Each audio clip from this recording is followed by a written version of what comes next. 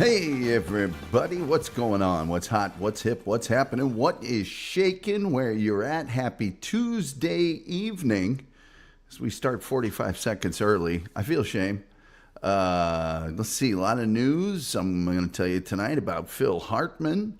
Let's see, a lot of news. Just talked to Russell, the Hitman Alexander from the Hitman Blues Band. We will have him on this program live and in a square. It'll be more over here, but a week from tonight, Tuesday night, and of course this Friday, we will have Ed Robertson, who's one of the authors of this book, which people are saying has one of the best quotes from an introduction ever in literary history. Ed Robertson will be with us. And if you're a freak for TV, old TV shows, as I will say again, if you think I have a sickness, he's patient zero. Anyway, Terry Neese celebrating 7 months here with us, and we are so honored and so glad because Terry's funny, and he's funny. Funky Bronco, hello goblins. Hey Dupa, hey, how you doing? Dupa is here. Dupa doo. We always value her presence here in our chat room. People saying hi. Paz is saying, who is Tom McClure? Well, that's my homage to Troy McClure, which is one of my favorite characters ever by Phil Hartman. And let's see who else we have here. Guido, Wednesday. It's already Wednesday in Italia. Over in Italia. People saying hi. People saying hi. People saying hi all the time around here. I got to vamp for another 4 minutes before I start doing the thing about the stuff. I was on Joey's show this morning, Joey Catalano. Hope everything's going good there with everybody. I don't know really where that's at, but I hope all the smoke clears and that everybody's on good terms and everybody's getting along and everybody's happy. That's what I hope for more than anything ever. I was going to do the first half hour of the show with no sound, but somebody beat me to it earlier today. Wow, our room count is dropping like you can't imagine. We started off really good, and then I began talking, and that's the way it goes down sometimes. But we will have exciting Phil Hartman information for you in just 3 minutes. Exactly 3 minutes. I know, I'm hopelessly anal retentive. It just keeps dropping. I'm hopelessly anal retentive. And therefore, I got to wait until 5 after. I'm sorry. What the hell? What am I supposed to do? I can open up my thing early if that's what you like. Just open up the I'll be ready. I normally don't even look at that. But I did this time, and it was a hell of a mistake. It was a hell of a mistake, if I don't say so myself. Anyway, it's a Phil Hartman story. It's very inspiring and it's tragic as heck. And I don't really know if today's youth are aware of Phil Hartman the way these glasses, the way they should be, because they called him Glue. That was his nickname, Glue, on Saturday Night Live. I'm getting a little bit ahead of my. You know what? I think I'm just going to go into Phil Hartman. And the rest of you people that show up late, well, then you can just deal with it. Let me tell you about Phil Hartman, shall I? Phil Hartman, just the greatest ever. He was born in Canada, actually, and he was a comedian, he was an actor, he was a screenwriter. Some of the things he screenwrote are going to surprise you. He was born in Brantford, Ontario, but his family moved when he was 10 years old, so he's kind of one of us. And as we will cover, he went to California State University, Northridge, got a degree in graphic arts, and did some album covers that if you're around my age, you will definitely remember. In 1975, he joined the Groundlings. It's an incredibly famous improv group that spawned most of the early cast, or a good portion of it, of Saturday Night Live, as well as many other groups and people and things. The Groundlings are where a lot of people got their start. And he helped Paul Reubens create the character Pee Wee Herman. He actually co-wrote the film Pee Wee Herman's Big Adventure. Yeah, and he was Captain Carl on Pee-wee's Playhouse. In 1986, he joined the cast of Saturday Night Live, and he was there for 12 years until 1994. He was nicknamed, as I mentioned earlier, Glue, because he was the guy that held the show together. He could play any character. He could do anything. And he was also noted for helping his other cast members. He got a Primetime Emmy for writing on Saturday Night Live. He received a few other nominations. He was also Bill McNeil on News Radio. And something near and dear to my heart, he voiced the sort of scummy attorney on The Simpsons, Lionel Hutz. But the big character I love from The Simpsons, one of my favorite characters of all time, and it was voiced by Phil Hartman, is Troy McClure, who we will cover in just a second. He also had supporting roles in a ton of films. I'll get into his personal life, which is also has to do with the end of his life. Basically, born in Canada, moved to the U.S. They lived in Maine, then Connecticut, and then the West Coast.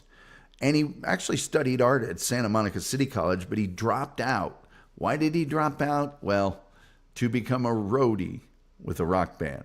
He returned to school in 1972 and studied graphic arts, as I mentioned earlier, at California State University, Northridge. But then he developed his own graphic arts business. And he did more than 40 album covers for bands like Poco and America and Crosby, Stills and Nash. And yes, Steely Dan. And it was also in the late 70s when he made his first appearance on an episode of The Dating Game, which was his very first TV appearance. And yes, he won. Let me go over some of these album covers really quickly. I actually have this CD, America's Greatest Hits, and he designed that. He also designed this. This is in my car right now. It's one of the CDs that's in my car, and that is Poco's Legend album. Pretty awesome and a nice minimalist thing there. He did another Poco album cover called Seven that's outstanding. And then this one, a lot of us have this album, the Asia album from Steely Dan, designed that cover too. He also did some for Firesign Theater and various other bands. They're all really, I mean, if you're a graphic designer, they're all very well composed and striking and memorable. So the dude was a talented dude. In the words of Bill Cosby, the dude was a talented dude, you know. At any rate, was a designer. He said that when he was working as a graphic artist, he would like amuse himself with these voices and these characters that he would create while he was designing. So he wanted a more kind of three-dimensional, a more out there avenue for this talent that he had. So he started attending comedy classes with the Groundlings. And the Groundlings, as I mentioned, a legendary improvisational and sketch group out of L.A. Excuse me. And a lot of the early, like the first season of Saturday Night Live came out of the Groundlings or Second City, currently existing sketches. Well, he was watching one of their performances one time as a student, and he just jumped up on the stage and joined in. And they thought that was kind of cool. So there you go. By the way, he also redesigned the Groundlings logo and merchandise and then formally joined them in 79. And that's when he met Pee Wee Herman, Paul Rumens, and he collaborated quite heavily with Pee Wee. And they developed the character and then the Pee Wee Herman show, which started as a live stage show and then was on HBO and then got picked up as a morning sort of Saturday kids show. He played Captain Carl, and he did the same thing for Pee-wee's Playhouse, the show on TV. They made cameos in Cheech and Chong's next movie. He co-wrote the script, as I mentioned earlier, of Pee-wee's Big Adventure, and was in it as a reporter, very small role. He wanted to quit at one point because it's just tough to find work. He's 36 years old, but Pee-wee's Big Adventure and the success that was associated with it changed his mind. And he and Paul Reubens kind of fell out and had creative differences. So he goes to pursue some other roles. And he got roles in movies, small roles, but Jumpin' Jack Flash and Three Amigos. And he was working constantly as a voice actor in animated TV programs, cartoons to you and I, The Smurfs, Challenge of the GoBots, The 13 Ghosts of Scooby-Doo, Dennis the Menace as Henry Mitchell, and George Wilson, and most of the adult male characters. Then comes the big break. He successfully auditions to join the NBC variety show, Saturday Night Live, and we all know him from that. There's our good friend, Phil Hartman. He'd been recommended by John Lovitz, who came from the Groundlings, and Lorraine Newman, who was from the original Not Ready for Primetime Players, as well as the director of Jumpin' Jack Flash and many, many, many other films, Penny Marshall. He told them he wanted to do it because he'd get exposure and maybe he would get enough credibility that he could write movies for himself. In his 8 seasons with the show, he became known for his impressions, over 70 different characters.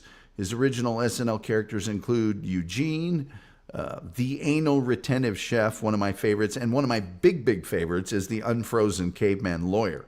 His impressions included Frank Sinatra, Ronald Reagan, Ed McMahon, Barbara Bush, Charlton Heston, Kelsey Grammer, Michael Caine, Oliver Stone, Phil Donahue, Telly Savalas, Barry Humphries, Kirk Douglas, and Bill Clinton, who was considered his best-known impression.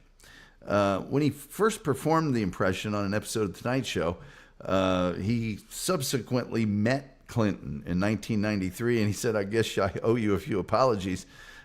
Clinton, however, was very good-humored about it, and he sent Hartman a signed photo. "You're not the president, but you play one on TV, and you're okay, mostly."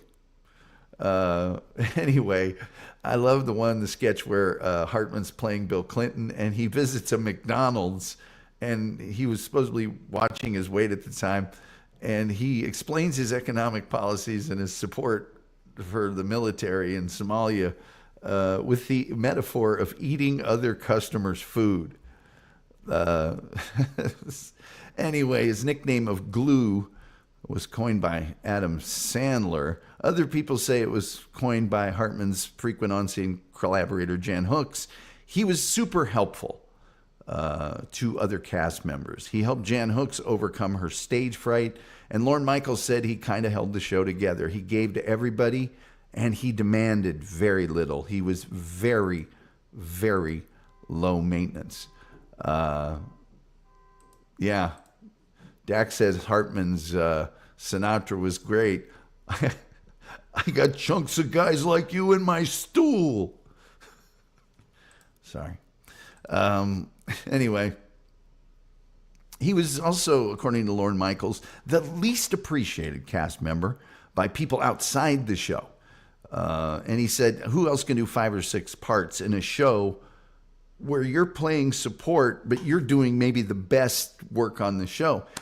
He won that Primetime Emmy for Outstanding Writing for a variety music or comedy program in 1889 with the show's other writers. He was nominated in that same category in 87 and individually nominated for Outstanding Individual Performance in a Variety or Music Program.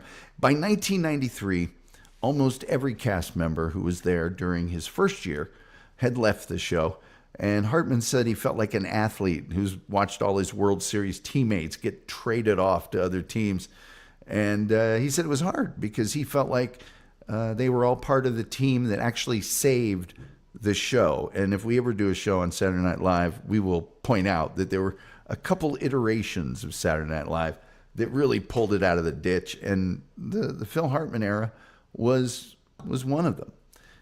He said he thought it was time to leave. The show was getting less sophisticated, and he wanted to leave a few years earlier, but Lorne Michaels persuaded him to stay. And Jay Leno offered him the role of sidekick on The Tonight Show, but Hartman stayed on at Saturday Night Live. They also at NBC, promised him his own comedy, a variety show called The Phil Show. And then they backed out on it because they're NBC. And Hartman, as it turned out, said he was glad. He would have been really sweating bullets because of the pressure. He had missed working on SNL, but enjoyed his move in 1998 to Southern California when he became one of the stars of News Radio. News Radio. Let's pause there and let me read some of your comments. Just because it seems like it's the time. Then we'll have to do them all at the end, and we can maybe open up the phone lines. Let's see here. The UK horror scene is saying hello. Hello to you. Ariana May is here. Always glad to see her. Oh, by the way, like, share, subscribe, retweet, notification bell, all the things that are free that you can do to help us with the algorithm, the almighty algorithm. We also have super chats. We also have memberships, which you can avail yourself of, and we'd be naturally happy if you did that. We do have a monetary goal each evening, and that goal, of course, is any amount of money. So take that for what it's worth. And please turn on your gifted memberships. We do have some generous people around here who gift them, and if they do, then you can take part in our member program, which we do on Saturday or Sunday, and it's just for you guys. And you might get to hear me do a Winston Churchill impression or something. I don't know. We do some crazy things on the member shows. People saying hi. We do have the most cheerful chat room on the internet, as verified by independent sources. Terry Nee says, no one remembers your age. I don't remember it, but that's because of my age. Rumpled Trenchcoat says, hello, folks. Jim Fanning is here. Always good to see Jim. He's everywhere. Jingle All the Way, another good Phil Hartman movie. Yes. Rumpled Trenchcoat says, I remember him from such educational films as Smoke Yourself Thin and Get Confident, Stupid. Well, Rumpled, you've stepped on a landmine there, because I am going to go over a bunch of Troy McClure movies, TV shows, a little Troy McClure history here in a minute. But thank you for that. Yes, that's a little teaser. You may remember me from such educational films as Smoke Yourself Thin and Get Confident, Stupid. Roller Skater Texas Girl said, I had the Poco one. Poco doesn't get enough attention. And that Legend album is, I think, maybe the best one. 7 is good, but they're all good. But yes, that Poco one's out in the car. Terry Nee said, love that album. Said, I think I still have it. Dak says, right on, Tom. This isn't Dak Prescott, is it? You should be rehabbing. Yes, he was. Legendary. Julian Caesar says, I didn't know he was an artist. That's impressive. Yeah. It's a shame what happened to Bill Cott. Well, Innate Ways says, yeah, salute chat, salute Tom. Hello, Innate. Always good to see you. Dak says, hold on. Pee-wee's Big Adventure is one of the best movies of the 80s. I meant to do that, no matter what the genre. Well, nobody hipped me to that, dude. Tequila, yes, nobody hipped me to that, dude. I have that clip here. I could play it. Of course, YouTube would probably cancel me for it, so I won't. Rumpled Trenchcoat says, and of course, Peter Graves. Yeah, he was a great Peter Graves. Hartman's Sinatra was great. Yeah. Sad how Hartman went out. We'll cover that. That movie was Sinbad was cool too. Johnny 8 says, it's Tom Gully's Dabbleverse. We just live in it. Hashtag Gullyhead for life. Thank you, Johnny. I appreciate that. But it's not my Dabbleverse. If it was, I would shut it down and sell it to land speculators. Pristine radio voice. Well, thank you. Oh, you mean Phil Hartman. Hair on Joe Rogan. Yeah, look at that. Joe Rogan with hair. Candy Alexander. Oh, gosh, who's the redhead? She's a Facebook friend of mine. I can't remember. Dave and Stephen Root and the lady from Maria Schreier, whatever her name is, and Andy Dick, and, all of them there. They look so innocent, happy-go-lucky in that photo, especially those two on our left. What happened? Dak. No, he didn't invent that nickname. I don't know which nickname you're talking about. Terry Nee shattering, as usual, shattering our monetary goal with $1. We can break that. It doesn't have to be any amount. I mean, any amount could be more than that. But I think that's what he's trying to. All right, let's go back to our story. The redhead likes women. I don't think so.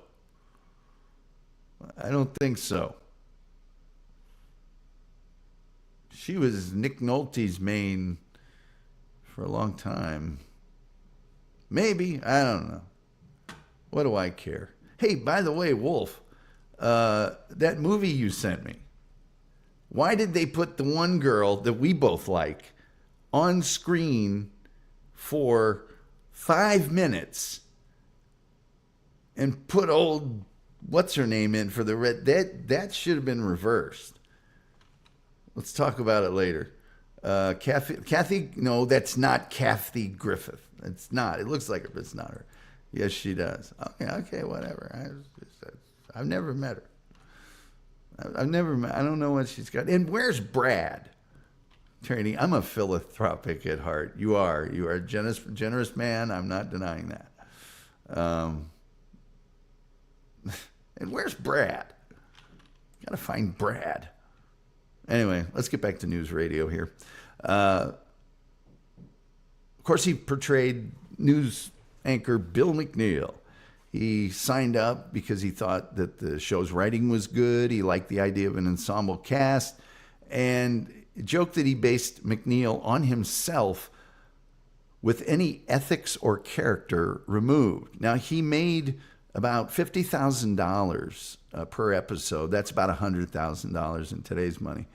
And although it was critically acclaimed, and you watch it today, it's very good, it was never a ratings hit, and cancellation was a regular threat. After the completion of the 4th season, he said, "We seem to have limited appeal. We're on the edge here. We're not sure whether we're going to be picked up or not." But he was 99% sure they'd have a 5th season. And he publicly, lambasted NBC for removing the show around so much. And then they kind of took it all back, saying this is a sitcom, for crying out loud, not brain surgery. And he said if the sitcom were canceled, it would open up other opportunities. So, he was nominated for a Primetime Emmy for Outstanding Supporting Actor in a comedy series in '98. Now we move on to The Simpsons. Yes, The Simpsons. And I'm going to talk about Lionel Hutt, the lawyer that he played. But really, it's all about Troy McClure. And his favorite part was that of Troy McClure. And he often used the Troy McClure voice to entertain the audience between takes while taping episodes of news radio. And he said, "My favorite fans are Troy McClure fans. It's the one thing I do in my life that's a thing that I do for the pure love of it." Okay? And he was popular among the staff of The Simpsons. They developed the Troy McClure character way beyond what they had originally intended because they liked Hartman so much. Now, let me see here.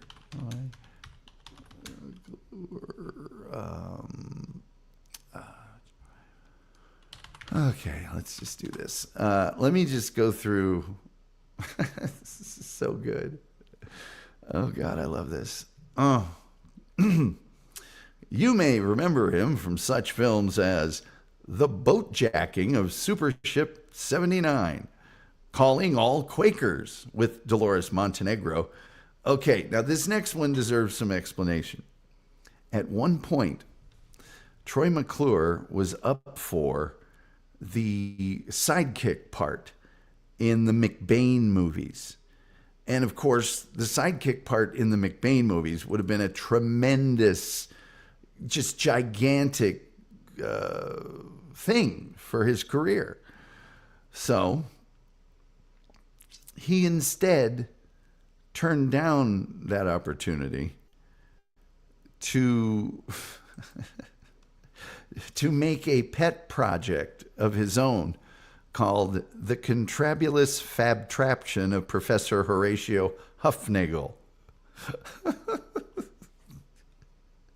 Instead of doing the McBain movies. It was terrible. Oh, God. Let's see here.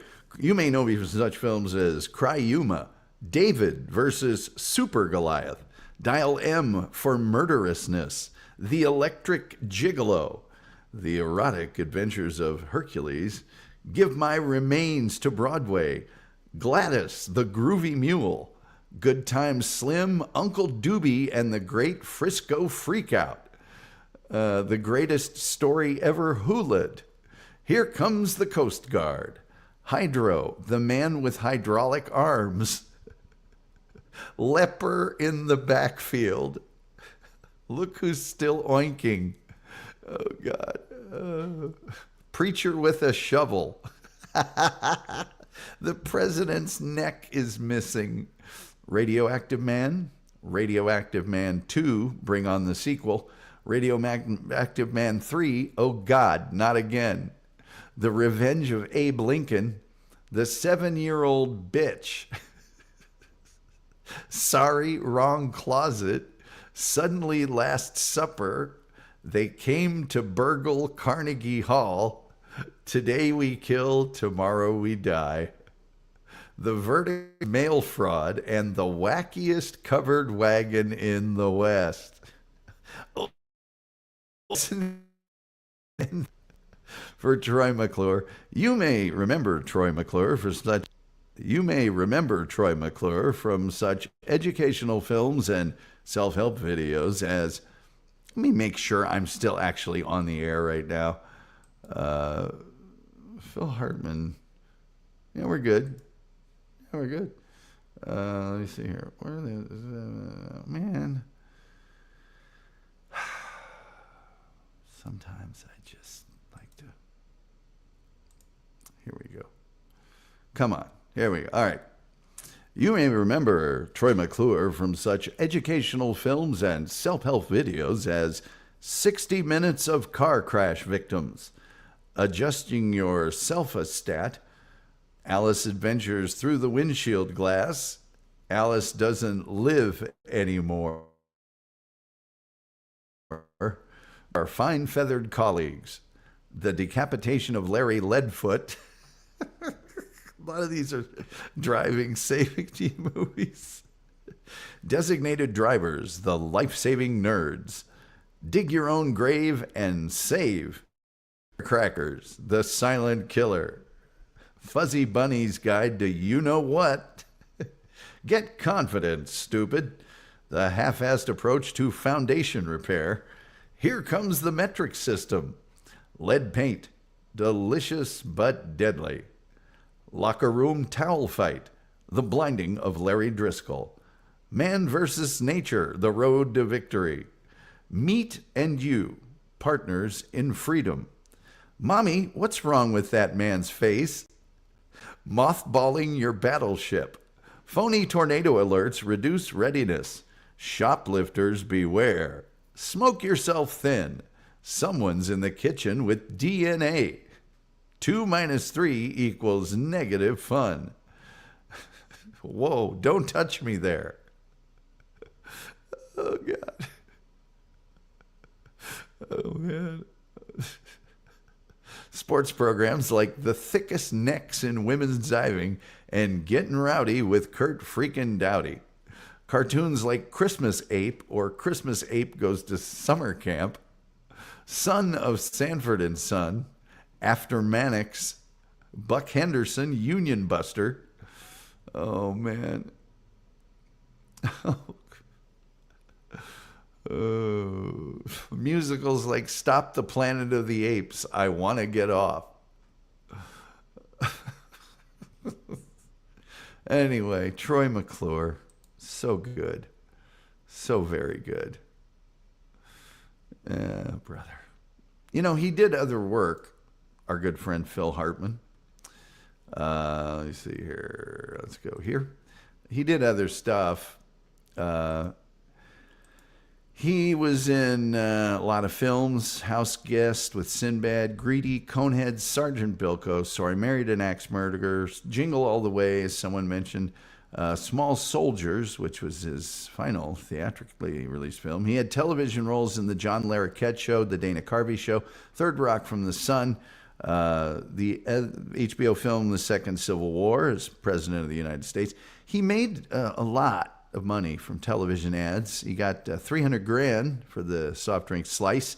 He also appeared in ads for McDonald's as Hugh McAttack and 1-800-COLLECT as Max Jerome. He wrote a bunch of screenplays, many of which were never produced, but he said a thing that was kind of cool. He said that I never had a giant big leap in my career. It was just steady progress all the way, and that's the way I like it. A big giant leap into fame or money would not have been probably that good for me. He often played seedy, unpleasant characters, villains, and his standard repertoire was the jerky guy and the weasel parade. He enjoyed those roles because he said they were funny, and villains tend to be funny because all of their faults are right out front.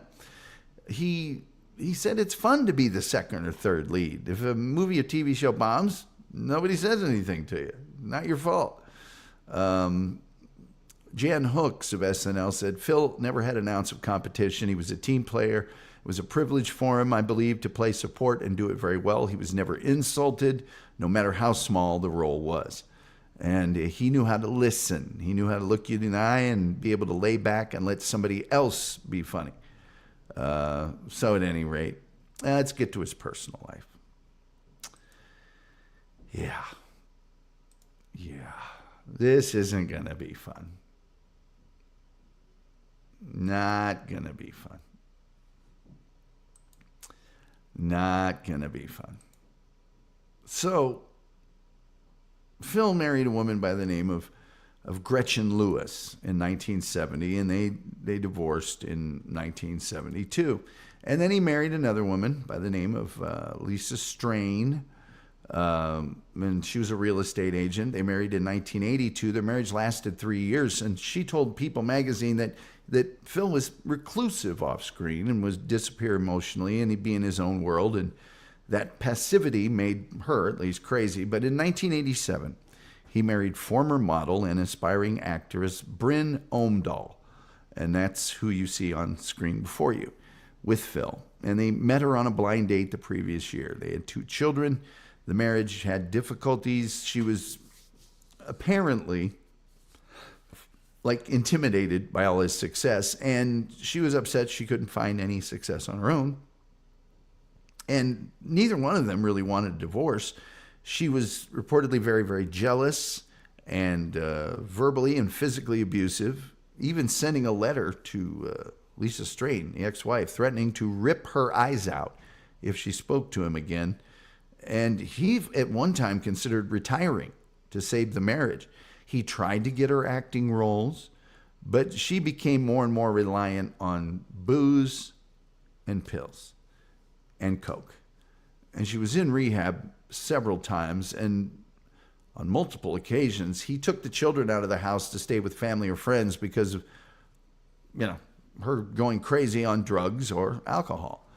And even Jan Hooks had threatening letters addressed to her that warned her not to get close to her husband, but apparently those were never sent. They were just in her belongings following her demise. Many people, including Stephen Root and Joe Rogan, said he told him 5 times to leave her. But he loved his kids. He was Catholic, even though he wasn't practicing. And he didn't believe in, it's like, I've done this twice, and now we've got kids. So on May 27th, 1998, Bryn went to Buca di Beppo in Encino with writer-producer Christine Zander, who said she was in a good frame of mind, although they did have drinks, Upon returning home, she had a heated argument with Phil Hartman, after which he went to bed, and she entered his bedroom sometime before 3 in the morning, May 28th, 1998, and while he was sleeping, she shot him once between the eyes, once in the throat, and once in the upper chest with a .38 caliber Smith & Wesson. He was 49 years old, and she was taking Zoloft, had been drinking alcohol, and recently used cocaine. Bryn then drives to the home of her friend Ron Douglas, and she confesses to what she had done, and he didn't believe her. So they drove back to the house in separate cars, and she called another friend and confessed a second time. Upon seeing Phil Hartman's body, Ron Douglas called 911 at 6:20 in the morning. Police arrived, and they escorted Douglas and the Hartman's 2 children from the premises, by which time Omdahl had not locked herself in the bedroom, and shortly afterwards she used the gun to,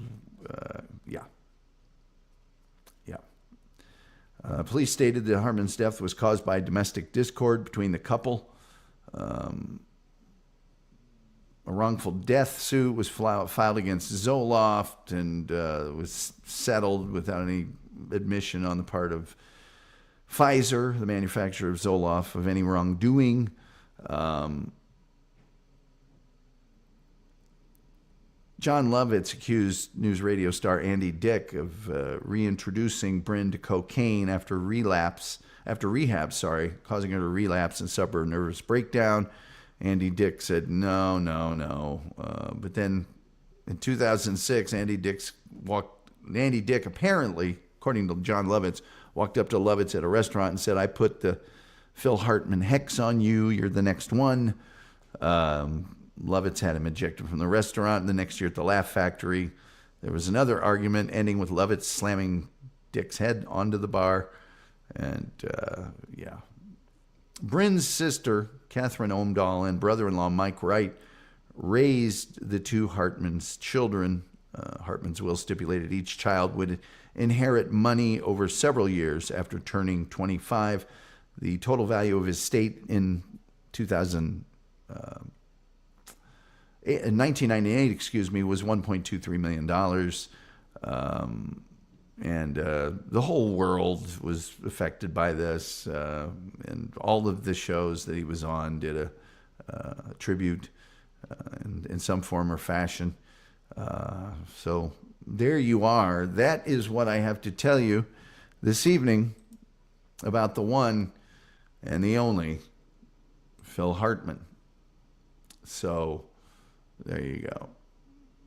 Let's see here. Well, then she's a Kathy Griffin type. Yes, she looks like Kathy Griffin. She only has 3 credits. There is no info on her. On the girl in news radio, the redhead, I think she's got a lot of credits. Vicki Lewis, yeah, she also does a lot of stage acting now. Are we blaming Phil Hartman for the Joe Rogan Experience?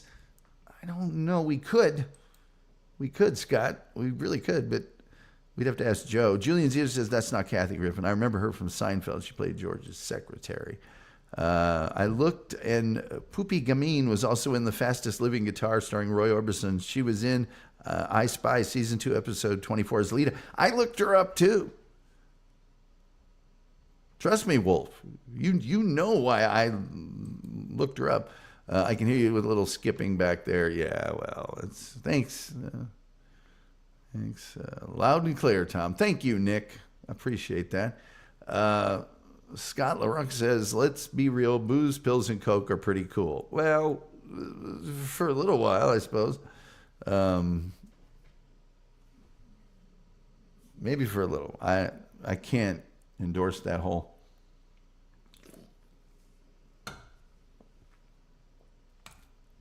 Let's see here. Not going to lie, he's a real dumbass from not running from her earlier.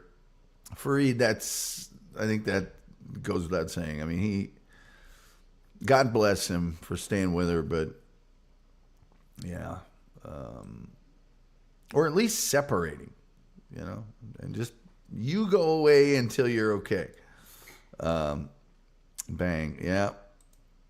Andy Dick is out there. Andy Dick. Is there a reason for Andy Dick? I mean, think about that guy. He was on news radio. He could have, yeah, whatever. The redhead's name is Vicki Lewis. She did shack up with Nolte, which is probably why she likes women now. Sorry, I got her confused with another redhead. She was also in Godzilla with Matthew Broderick, etc. I got you. Great documentary, Tom. Well, thank you. Thank you. Roller skater Texas girl. We need some photos of you doing the roller derby. And George Costanza's secretary, yeah. Marble Trenchcoat says, I didn't know the full details, but always thought the police did a pretty poor job considering they let the murderer take herself out. Well, I didn't get into that here because apparently the police got everyone out, then allowed her to go back in, and that's when she did the thing. So, he should have stayed gone when he left the first time. Yeah. Can't help addicts. Well,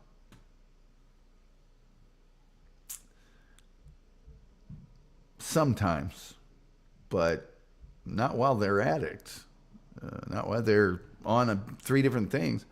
Sadly, everything that made him so good to work with and be around is also what made him stay with his wife far too long. I seem to remember the night she killed him, he told her he was leaving. Well, there was a lot of conjecture along those lines, but really it's one of those deals where only people we have to tell the story are the wife to the friend, and that's it. Maybe that second call, and that's it. Nobody else knows what happened. I don't know, maybe the kids overheard something, but addicts. Okay, addicts. There are certain things that the recidivism rate is so incredibly high. It's rough.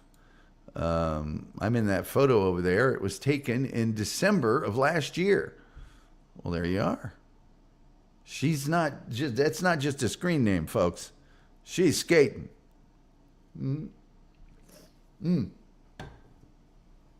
She's a skating.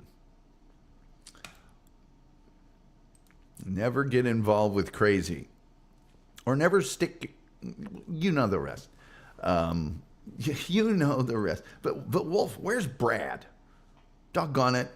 We've got to find Brad. You may know me from such films as. And then of course the fragrance.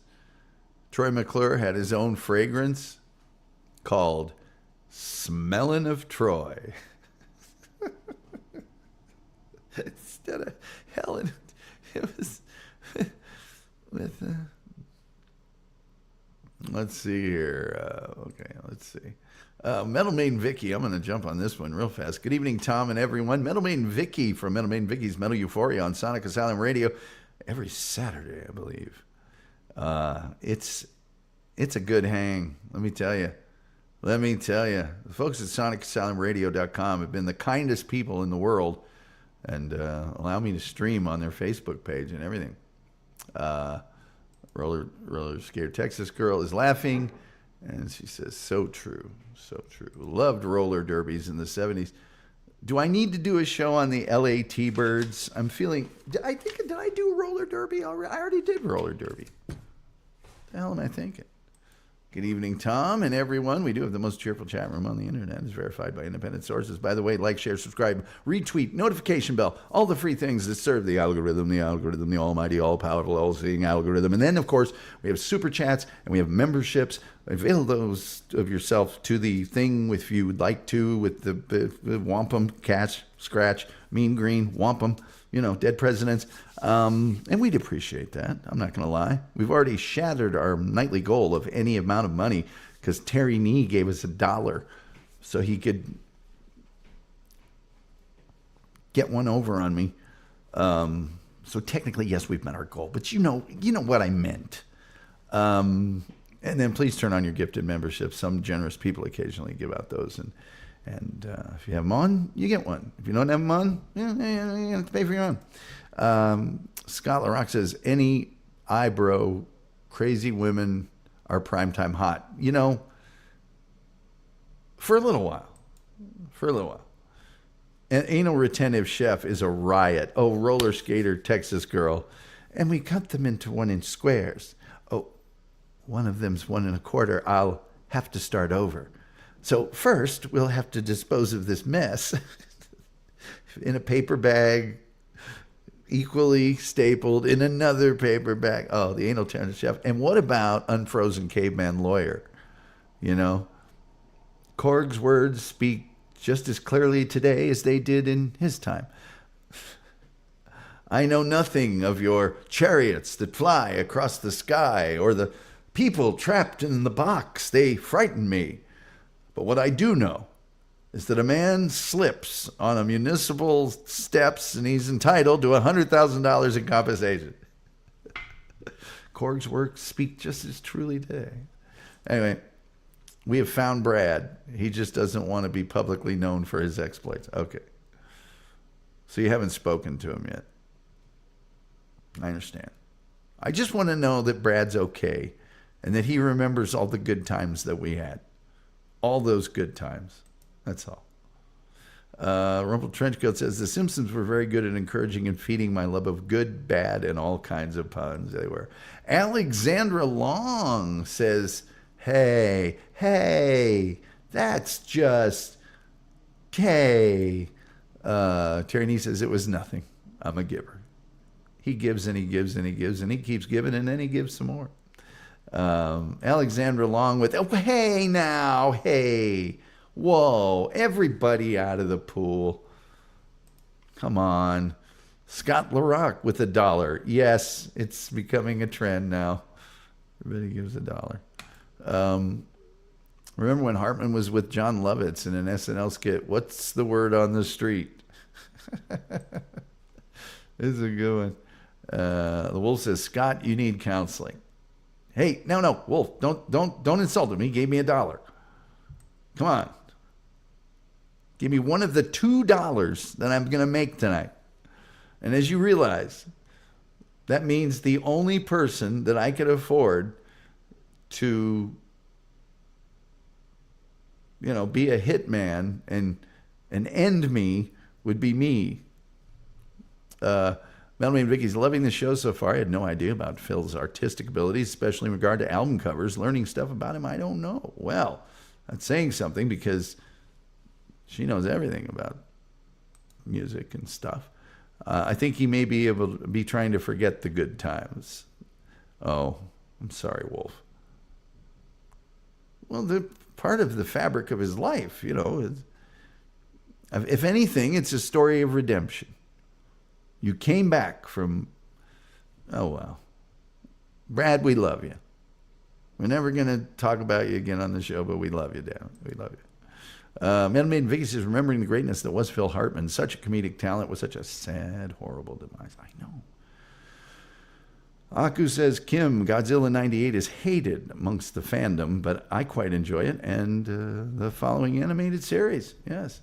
Also, good evening, Tom. Good evening, Aku. How are you? Now I have intelligent, smart Aku voice in my head when he speaks. In 8 ways, thank you for the $2. In 8 ways, equaling tonight's contributions in one fell swoop. Booyakasha. Metal Maiden Vicky says, I was wondering if Phil Hartman ever guested on John Lovett's animated show, The Critic, which was such a hilarious show. I'd have to go back and look at his stuff. I'm just going to go ahead and say yes. Although, when did The Critic... I think The Critic was out about the time. Yeah, it came out after June of 98. The answer is no.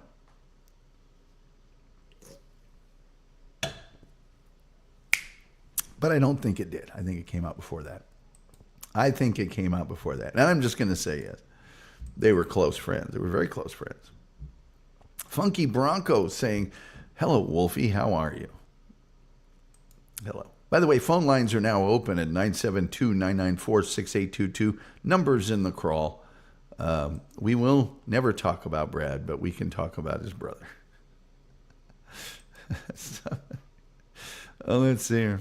Yes, Phil Hartman played a few characters on The Critic. See, Rumpled Trenchcoat right there with the info, right there with the 411.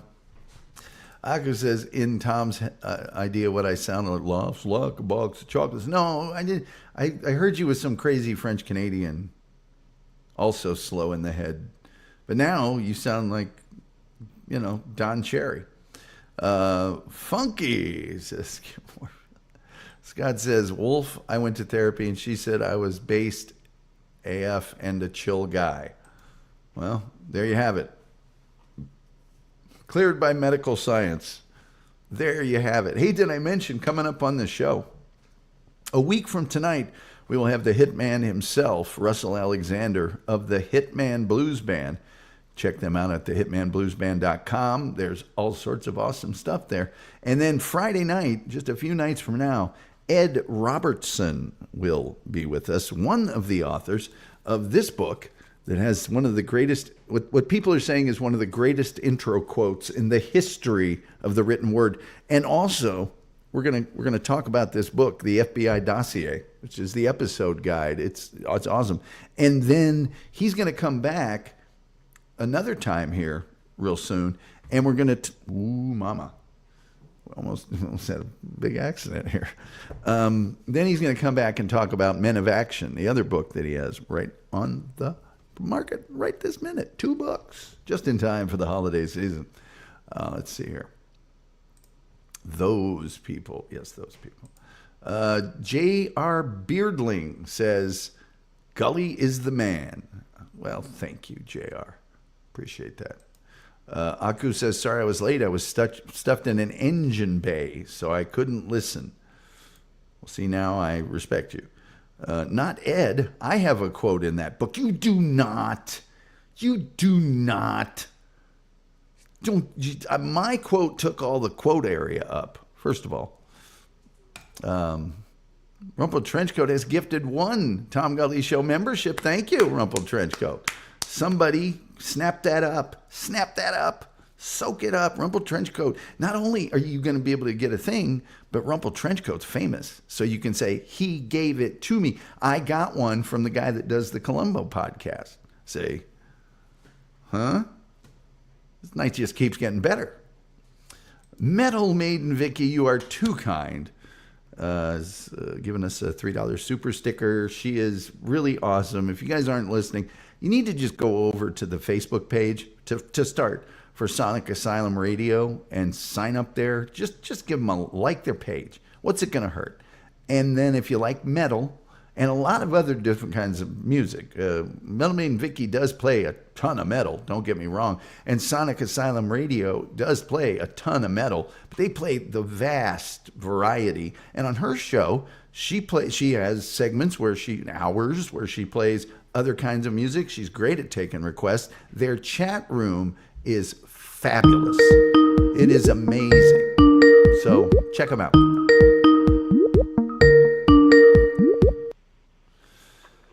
Hi, and welcome to the Tom Gully Show. You are not Martin, and you're not Mr. Brown.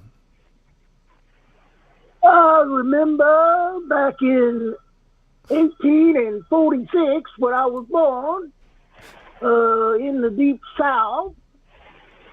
I remember the boys at school decided to leave school to join the army for the governor.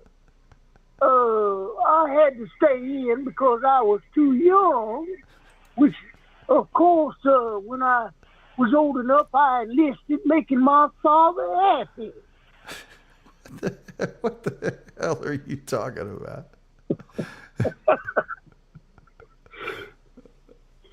I was listening to this old perv that was, you know how they have those recordings of Civil War veterans? Yeah.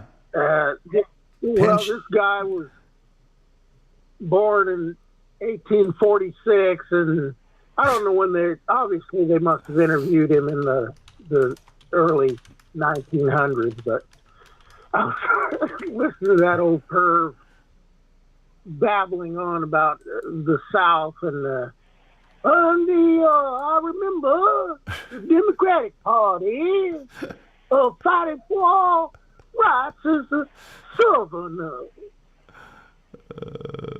Aku Mugen says, also, Tom, I believe Doc Torn owes me 50 from Friday's show, so if I'm not here, tell him to turn it into memberships or buy Rumpled and Iron. Okay, that's pretty funny, actually. I'll do this while you're here, because this is going to make you happy. Gilman is asking me to explain why a blocked punt is worse than a non-blocked punt. Well, obviously, did you hear? No, did you hear him? No, he was actually making that case after, because I imagine you saw the end of the game where the Cowboys blocked a punt and then one of their players touched it downfield and fumbled it, and the Bengals got it back, immediately throw a touchdown pass. The Cowboys lose 27-20. After the game, Jerry's like, well, obviously, we just let him punt that ball away. We'd had the ball and a minute left, and so, there's cases where you don't want to block the punt. It's like, you don't want to block the punt? When do you not want to block the punt? Oh, by the way, only 2 times in like the last, I don't know, it's like 10 years, 20 years, has a team blocked a punt and then fumbled the blocked punt after it crossed the line of scrimmage. Both times, the Cowboys at AT&T Stadium. Everybody knows when a punt is blocked, you get away from it. Get away from it. If it's past the line of scrimmage. And Jerry didn't know that. So it's like, instead of with your backup quarterback and a minute left, having the ball 45 yards from the goal, you would like to have had it 85 yards from the goal. Okay, that's really smart. Anyway. And that quarterback is from Central Michigan, once again. Well, the Bengals, all they have are guys on the, pup squad from Ball State. Aku says my Southern impressions aren't that bad. Oh, hey. Rumpled Trenchcoat says, Aku, I'm afraid I'll need a full press to straighten this coat out. Aku says, I do believe freshly pressed trench coat just lasts the ring. Yeah, it wouldn't sound. Rumpled Trenchcoat, a Columbo podcast, isn't as good as is better than freshly pressed trench coat. Aku says, maybe behind the scenes channel? Maybe. Now that trench warfare is back in vogue, the coach should regain their popularity. Aku for the win tonight. Yeah. So what's new? We're not. So have you spoke? You haven't spoken to Brad. No, he doesn't. Yeah. So far, he hasn't returned. I might write him a letter though. I don't know how much he'd be into reading a letter, but well, come on. I've considered that. It's Brad. I don't think reading, but still, I could always call up and pretend to be a client for whatever field he's in. And then he'd answer the phone. Well, I could do. I remember I had his insurance license, so I know the spiel. Well, maybe we'll just leave him alone and we'll just celebrate him in our hearts. Good old Brad. But to me, it's a story of triumph and redemption. It's like, look where you were and look where you are. 10 years later. I never thought that you would ever mount to anything. Unless one of the major combine companies needed a safety tester to fall out of the cab. Testing the safety of having a driver fall out and the passenger left in the vehicle as it goes down the road at 40 miles an hour. And showing up places with huge scrapes all over your face. Part of your hair missing or whatever. Yeah, that was good times. And as far as, what was it called? Journey to the Center of the Universe? No, Journey to the Center of Time. Oh, the Center of Time. Okay. There's a movie called Journey to the Center of Time that the Wolf sent me. And let's just say there's a girl that's in the movie that's noteworthy. 2 big reasons. And in certain ways. And it's just 2 big reasons you'd pay attention to her. And so The Wolf sends me this, and because I started watching the movie and went, I don't want to watch this whole movie. I just started sort of scanning through it like you can do on YouTube. And I got to this one part, and I went, "Hey now, this is noteworthy." Well, I left you. Yeah. And then I left you here in the description. well, and then she's on the screen for 5 minutes, and the other chick that's in that, you've seen like on home repair shows that they go, well, first we'll need a completely flat surface. That was that other girl. And I saw her for the first 5 minutes, and I went, no, it's not her. It's got to be, and like it is in most movies, the smoking hot chick is the ruler of the other planet.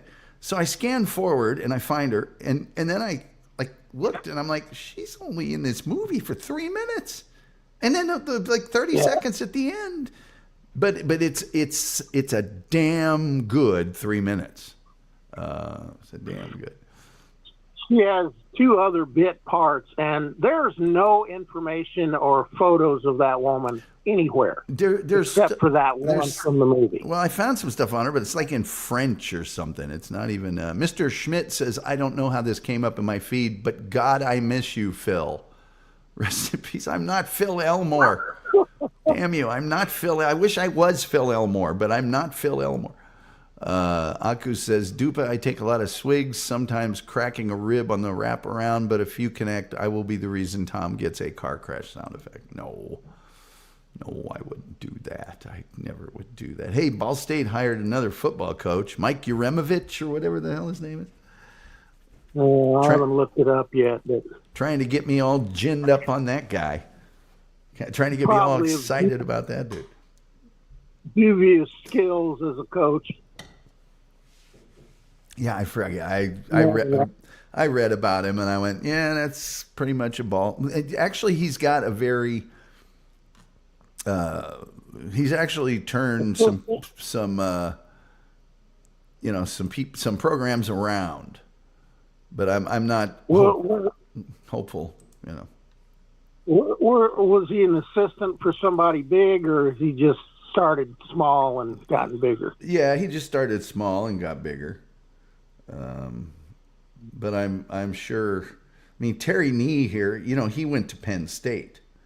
So he's not going to be impressed by any of our mid-major talk,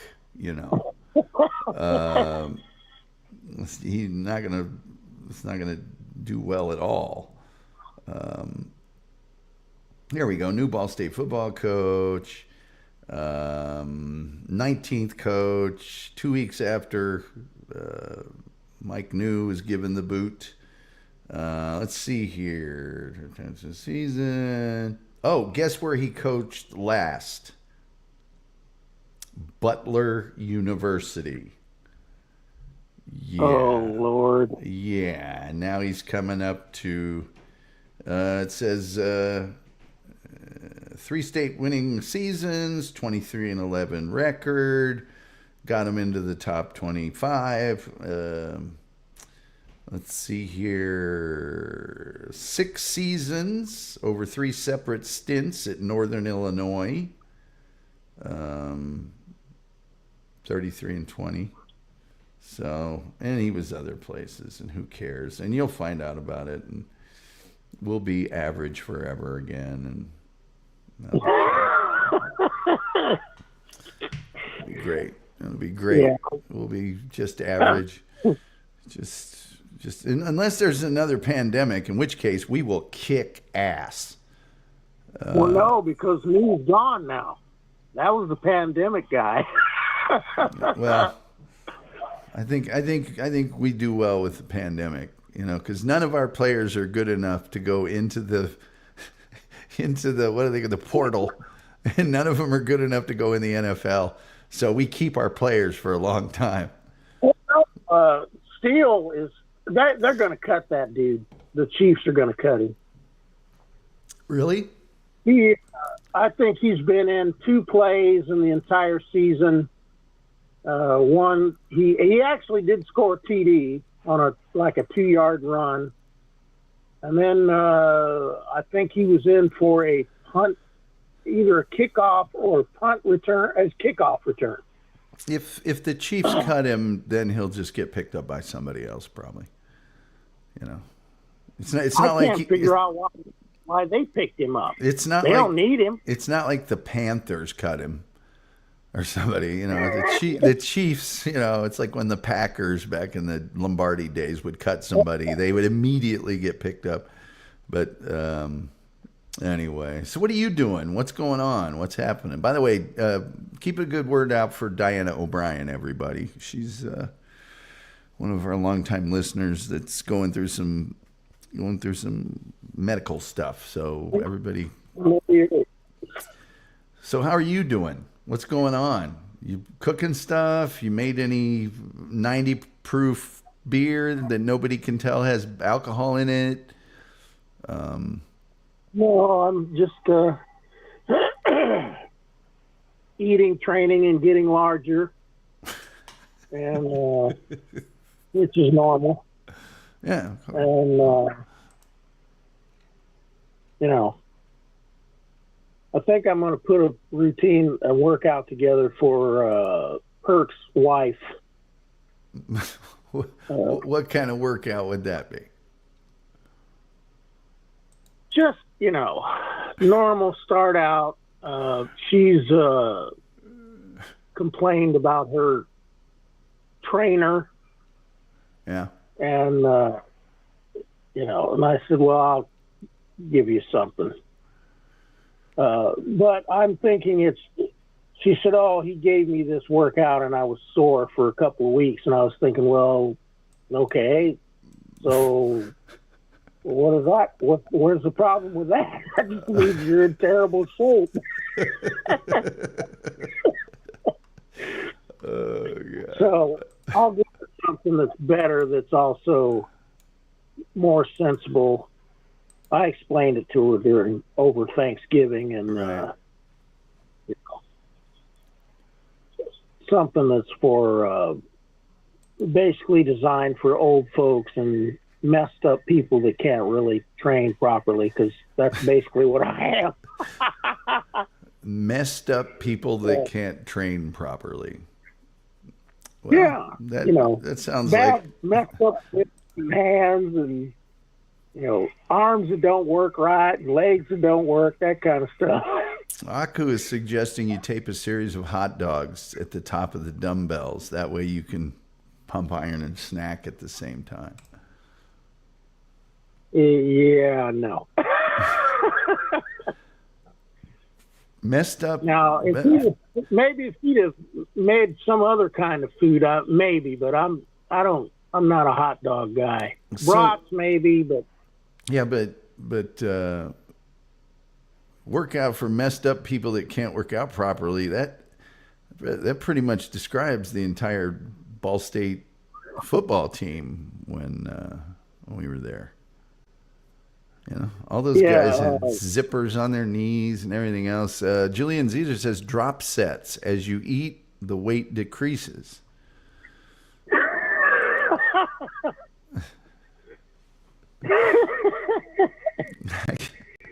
I just remember you setting up that weight room, and then I went by one day, and those guys got so mad because I went, pumping iron for Jesus.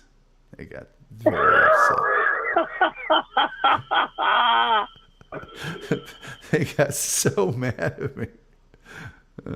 Were you around when I had the LaPorte cheerleader? Yeah. Basically the pothead. Yes. Yes. There was oh no, you weren't there then. That was the first. You weren't in school yet I was practicing in a mirror, and I don't remember who it was, if they were even from our floor, but they were up there for some reason. And he said, I heard that you guys looking at yourselves in the mirror might be kind of funny. And I said, I turned around and I said, I heard that people who are tiny, weak, and stupid can sometimes be crushed by very strong, angry people that make stupid comments. And I'll let you go ahead and finish and ran off.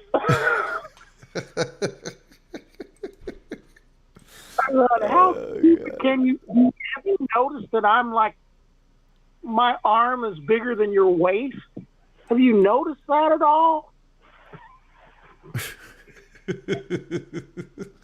Somebody here, a Soviet Goat. Hello, Soviet Goat. Said, can you change your green screen background to one of Phil's post-mortem photos or that hot wife he had? Well, I can't change the background screen, really. Well, no, I can't. Not right now. Well, I mean, here's the hot wife. I had some other photos of her, but apparently he was dating someone else too at the time. It was weird, but Doctor and people saying hi. People saying Dupus saying hi to Rumpled Trenchcoat and Scott LaRock saying. He did have that hot wife. That's crazy, marrying somebody or dating somebody that's nuts. You're just 1 inch away from getting done in for just any old thing. Yeah, but I don't know why. Oh, wait here. Gilgamesh. I found this stream difficult, though not impossible, to masturbate to. I don't know. If you got a Santa fetish, there you go. There's a little Santa for you. And that might satisfy some people's Phil Elmore. Let's see what else. I don't really have anything here. I think that I can. Well, there might be something in one of these episodes of the FBI. Hold on. Let me see if I can get you something out of here. I'm just trying to help you, buddy. Just trying to see if I can get you. Okay. All right. Let's see here. There's a 5th season guest stars. I'm doing you a favor. None of them are too hot. Hold on. I'll find somebody for you here in this book. It's a 900-page book, for crying out loud. There's got to be something in here to help you. God knows I don't want you to be blue after watching the show. You could put on Bullet Bra Gully. Yeah, that might do it. That might make him happy. Come on, there's got to be a. Well, I'm gonna end up having to show. Oh, wait, here we go. Ooh, Susan Strasberg's in this picture here. Oh, and Linda Day George. Oh, and Celeste Holm, boy. if you like gilfs. Okay, hold on. Here you go, Gigamesh. Oh, hold on. I didn't mean to tease you there. Blow your screen up, and in here we go. There you go. Right there. Be your right-hand page. There you are. There should be something there to, come on. Put your finger in my ear. Come on. Show me where your daddy lives. Come on. All right. Best I can do. You'll have to freeze frame it or something. Doctor says, I know I'm late. Nobody's ever late to this show. Metal Main Vicky says, I was just thinking about Steely Dan and their ties to Saturday Night Live cast members. Phil Hartman, as you mentioned earlier, with creating the artwork for Asia. Rumple Trenchcoat says, it's a challenge, Giga, but it's worth the effort. It really is. Metal Main Vicky says, and then with Chevy Chase playing drums early on with what was to become Steely Dan, and of course, you can call me Al. Rumpled is being laughed at. Metal Main Vicky's getting a salute. Most cheerful chat room on the internet, as verified by independent sources. The doctor says, I'm blue, I don't know what that. Probably didn't do that right. Hello, doctor. And what's the 07 Metal Main Vicky is a salute. If you look at it, and the O's a little skull, their head there, and then there's a. I didn't want to say head because I know mesh. Hot grandmas, slow down, Tom. I can only handle so much. Well, Celeste Holm, Yeah, you can only handle so much. You don't really want to say that, do you? It's a salute. Doc Dorn, I believe you owe me a 50. Doopa-doopa-doo says the zeros. Yeah, it's, okay, cool. There we go. We got that covered. Oh, wait, Scott LaRock, who's kind of funny, says, as a kid, I thought Asia was pronounced aha. My dad laughed at me and then slapped me for insulting Steely Dan. Did he say, go back, Scott, do it again? Wheels turning round and round. You go back, Scott. Anyway, please turn it into memberships if and when you are able, says Aku. Metalman Vicky says, thanks, Doopa-doopa-doo. Love that name, by the way. It is awesome, isn't it? And I got to tell you, Metalman Vicky, plug yourself. Well, let me rephrase that. Metalman Vicky, do some plugs for your show here so that people can watch that great show. She does great interviews with bands. You don't have to like heavy metal to listen to her show. In fact, matter of fact, you might learn to like it by listening because she does a full breadth of the whole heavy metal thing there. Positive Patreon, hell yeah. Brother Doctrine says, Aku messaged me on Discord. Okay, I can do that. Yeah, do that. But yeah, so yeah, just doing a show here. Gonna have Blues Guy a week from today. Ed Robertson, who knows everything about television, and I mean everything, on Friday. Well, that guy that was in the radio sitcom that played like the manager, he later started just playing parts of villains in just about everything he was in. Dave, are you talking about Dave Foley? Yeah. And then there was the owner, who's Jimmy James, and he's a guy named Stephen Root, who's in Oh Brother, Where Art Thou? Plays the blind radio station owner. Yeah, I'm going to sing in your can over there. We'll give you $50. And he was also in Office Space as the guy. You took my stapler. I believe I should be able to listen to my music at a reasonable level. I was told, he's that guy. He's all over the place, Stephen Root. He can do any character. He's a really great character actor. I imagine he's got a large list of bio. Oh, work. God. Yeah. It's huge. It's gigantic. Those Lewis girls got good heavens, she's got a lot of crap on her bio. Yeah. All kinds of voice acting and not just the Godzilla and all that, but just a bunch of different movies and spots on sitcoms and all kinds of stuff. She probably would have done more, but I think Nick Nolte was a handful when she was with him. I mean, he was just whatever. But now she is doing tons and tons of musicals and stage acting like crazy. Don't forget the Ballad of Buster Scruggs. He was in that as well. Yeah, he was really good. Rumpled Trenchcoats. That movie ended when he got shot. I know. I will say this: the song that they had playing while he was floating up into the sky was awesome. Yeah, you mean the Sarasota Songbird or whatever the hell he said? It's Buster Scruggs. Yeah, the runt from Riata Pass. Yeah, they all had nicknames, and it was just Ballad of Buster Scruggs is incredible. Rumper Trenchcoat says Root was great in everything. I especially liked him in Barry on HBO. Metalman Vicky says yes, Office Space. Rumple Trenchcoat says pan shot. Doctor says it's huge, it's gigantic. Said that she did. Anyway, but yeah, the Ballad of Buster Scruggs. I'm getting ready to hit the Tubi classic TV stuff. Oh, there's tons of it. And by the way, those of you who would like to get a head start on Friday and the FBI, Tubi has the FBI for free. So you can watch as many episodes as you'd like. Many as you want. You binge that sucker, you get binge that sucker. Binge that.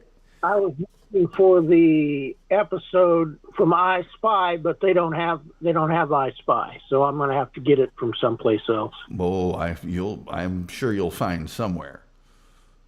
You're the one. Oh, I will. Yes, you've. Episode season 2, episode 24.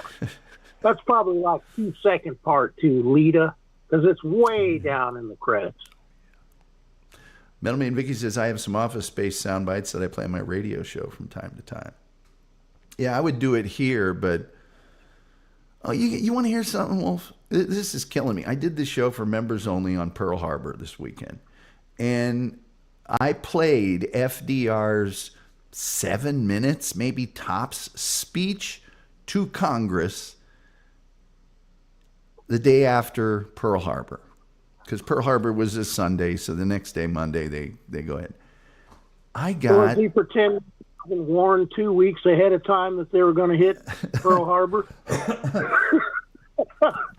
Well, the ships left on November 26th, but the thing of it is, I got a copyright notification. Now, it wasn't a copyright strike, but it was one of those things, this can't be monetized. And I don't even care if it's monetized. It was a members show. I typically say, you've already given money. You don't need to do any of that here. But it just rubbed me the wrong way that some Sony Music whatever, it was called, I can't remember the name of the song, but it was like a jazz song. And I guarantee you some band has dropped that sound into their song. And now I'm getting a notification about it, and it just rubbed me the wrong way. I'm like, no, I got this from the National Archives. I'm pretty sure that can't be copyrighted by anybody. You can't take something that's in the public domain and say, okay, now this is mine. Or you certainly can't take taxpayer. I mean, that's a product of the United States taxpayer. It's not just yours to have, Sony. And it wasn't the whole song. It was just a bit. So I guarantee you they dropped that clip in there, and now it's like, well, you can't use that now. So I actually did dispute it. I don't normally dispute those things. I just normally trim them out and say it's too much to bother with. But that one, I'm like, no, I think that the people should be able to play that speech in its entirety without getting hammered for it. It's stuck in my craw. It's like, you don't own everything. Entertainment, so how are they going to stop that? Yeah, come on, man. That's not. Anyway, sudden and deliberate, says Rumple Trenchcoat, a sudden and deliberate copyright notification. Yeah, it's like, oh, it's not a strike, but you just can't monetize this. And I'm just like, what? No, just because it's on some song nobody's ever heard of, and these guys used a drop from it. What did you before that own the speech? No, you didn't own the speech. It's a piece of history. It's in the National Archives, for crying out loud. Anyway. I got a warning and this is all I did, just to see if they would do something. In the comments of some whatever podcast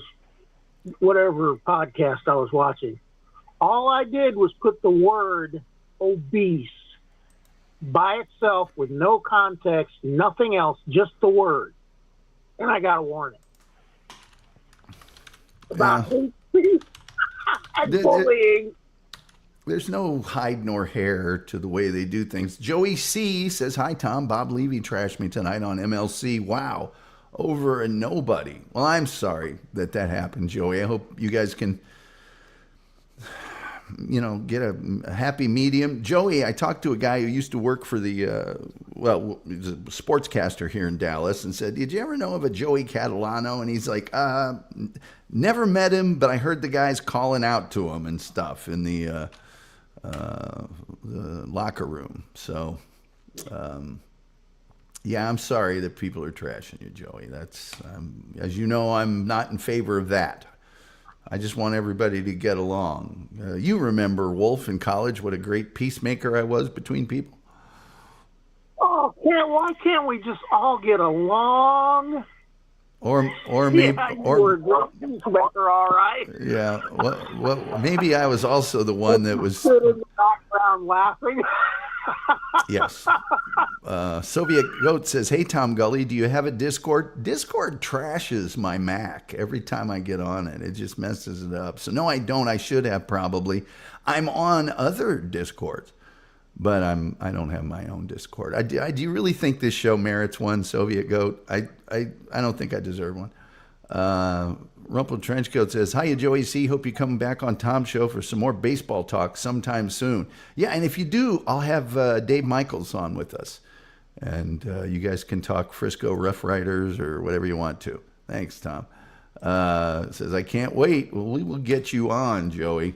We will get you on here. But no, I was normally the one going, "Hey, you know what? You know what the Mumblers said about you yesterday?" And then just leave that there, and then there's a big thing going on, and yeah, I wasn't that much of a peacemaker, I guess. But I do like it when people get along. I'm in favor of that. But yeah, I was the one that,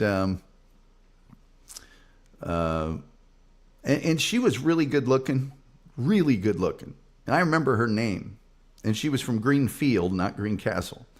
And the Mumbler had a huge crush on her. And she lived over in Davidson. And I found out he had a huge crush on her.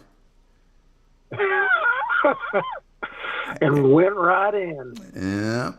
The look on his face when she was walking out of my room right at breakfast time on Sunday morning was just exactly what I was going for.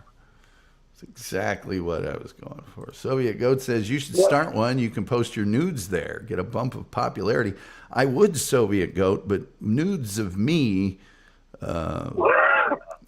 I have to send those kind of pictures with Dropbox. It's too much for, you know. And the doctor says, "Speaking of copyright strikes, Fook Book waited 2 years to do a copyright strike on a live stream I did while at Mardi Gras parade. I said I was at a parade, and they told you that there was music playing in the background that was copyrighted, and yeah."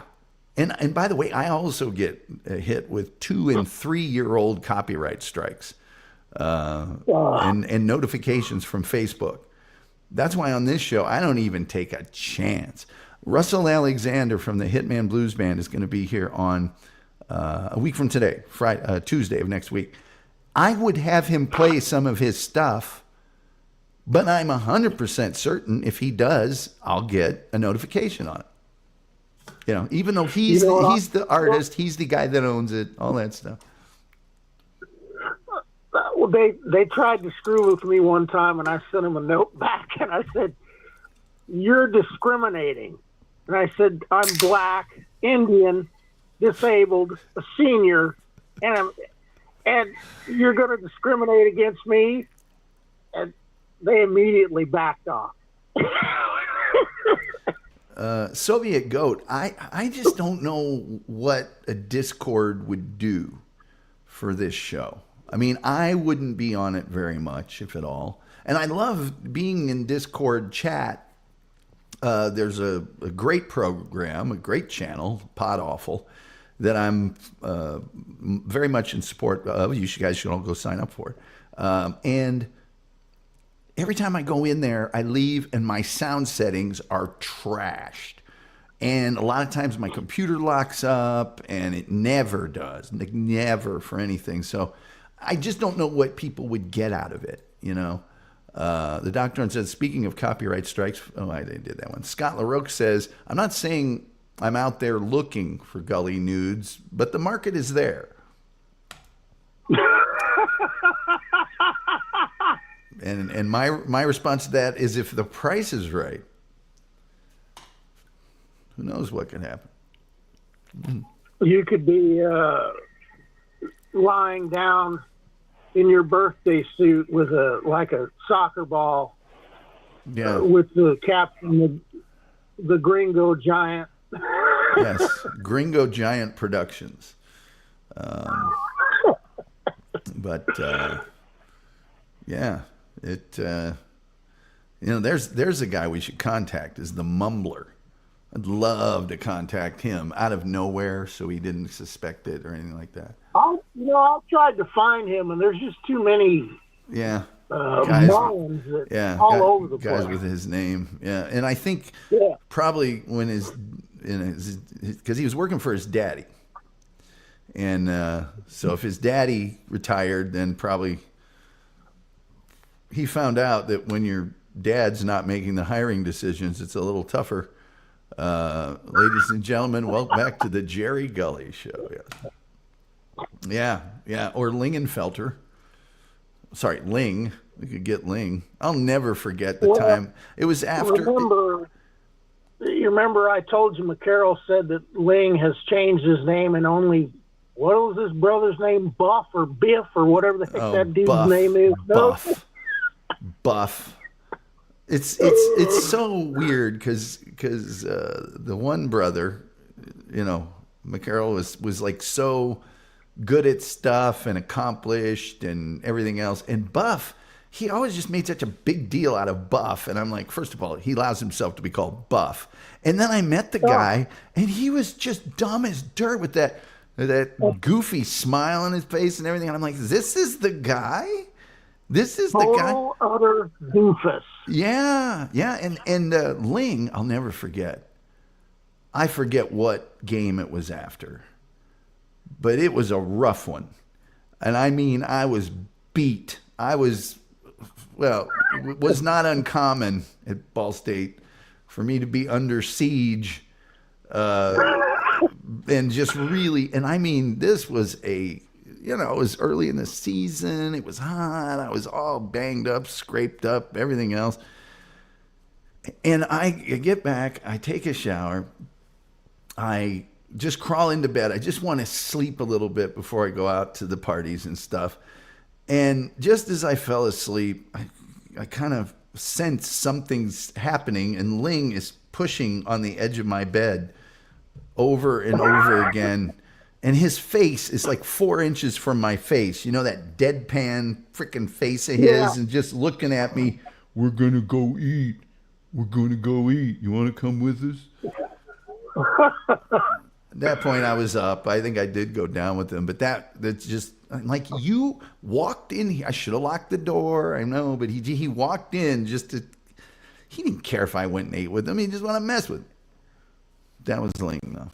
So. You know where he got that face from, don't you? That was from you. Well, yeah, but there was also a name for it. The look of non-intelligence. Yes. Yeah. He had this stupid look on his face one time when he came into my room, and I said, the look of non-intelligence, and he realized what I was saying. He started laughing, and then he just started doing it all the time. Yeah. Doopa says, wonder why people stopped naming their child Buff. Yeah, I never understood that whole thing. And man, they carried on about Buff and Buff this and Buff that. And then I met him, and I was like, you're almost bald, and you're 20. You're not in good shape. You got that goofy, just look like you got hit in the head with a shovel kind of look on your face. And I was like, what's the big deal about Buff? Remember what I called McCarroll? I don't know. We don't want to totally dox these people, especially since I'm saying such bad things about them. But Doopa says Wolf has a great laugh. Doopa, you don't know the half of it. Let's imagine, if you will, that some nefarious person sent an unsuspecting young lady into the Wolf's dorm room at a time when the Wolf may have just gotten back from the shower and or working out and may have been completely unclothed. And then you hear the girl scream, and then you hear Wolf's laugh at top volume, probably for a 4 square block area. Sure you recall that. I'm sure that you recall that. I do, but there's other situations that you don't know about. Oh, I'm sure, but it was No, I told Nick. you. Oh my God!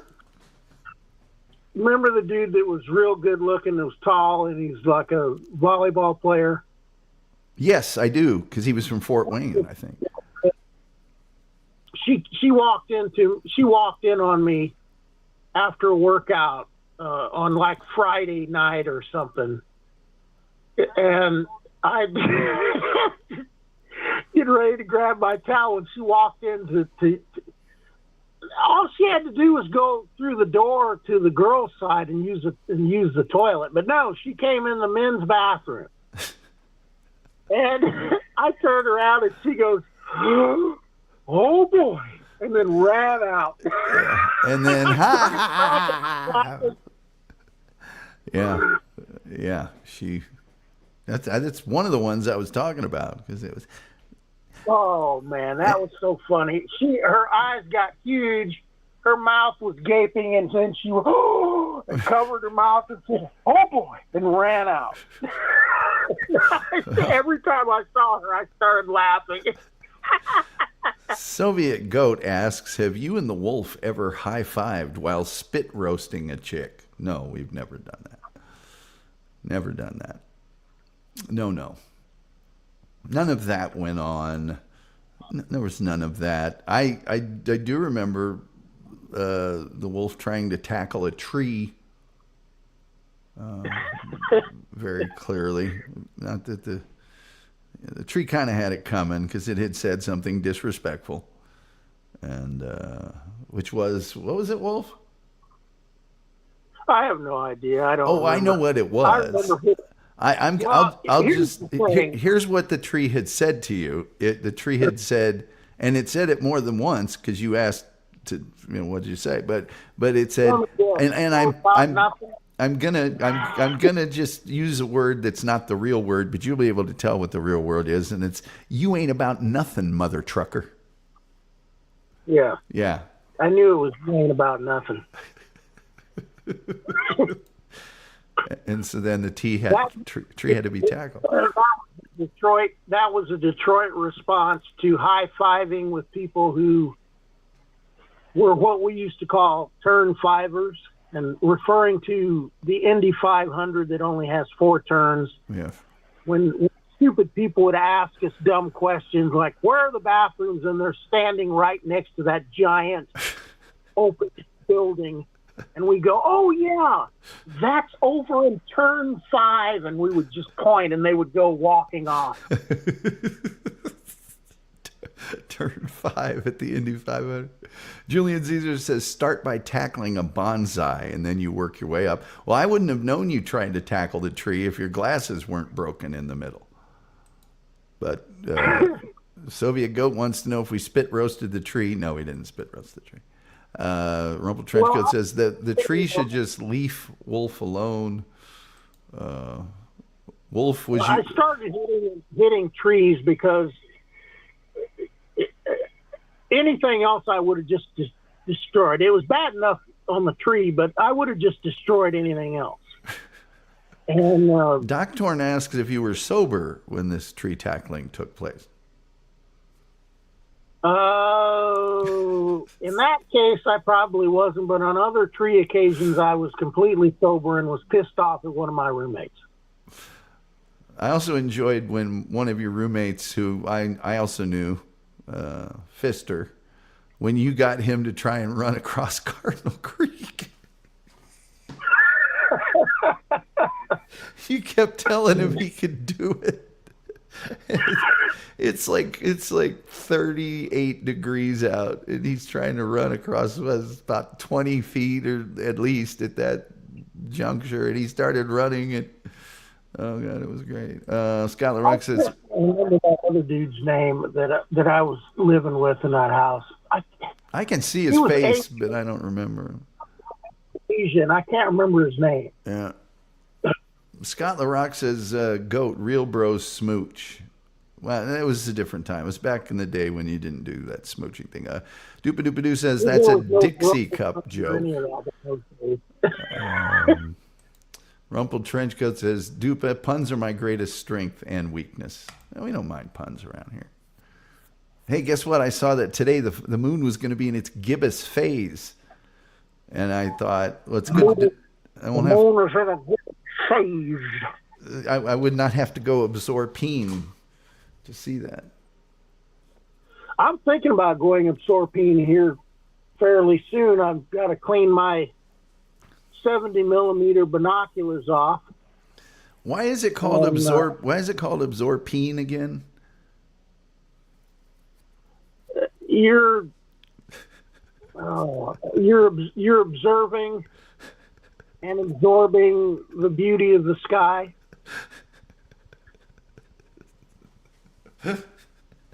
Let's go absorbine. So I just mixed them together. And I refer to observatoriums as the absorbatorium. And we did have the observatory there, so most of this stuff comes from one of the kids that I grew up with was retarded, mentally handy, whatever you want to say, special needs, whatever. He and his little brother, couldn't pronounce things properly. So instead, and there were actually three of them that would screw stuff up. So Chris Purcell's name, he couldn't say Purcell, he said Perk. So we started calling Chris Perk. Yeah. We started calling Chief the Chief because, well, his mom was Indian, but one of the guys couldn't say Steve, he'd say Sheev. Yeah. Eventually, we just started calling him Sheev or Chief instead. Sure. So that's where that came from. Shanks was because he couldn't say drinks. Oh yeah. Well, in Shunk Boy, Shunk instead. Yeah, he couldn't say drunk, so he would say Shunk. Yeah. Well. You guys shinking tonight? Yes, Brent. We're going to shink. We're going to get shunk.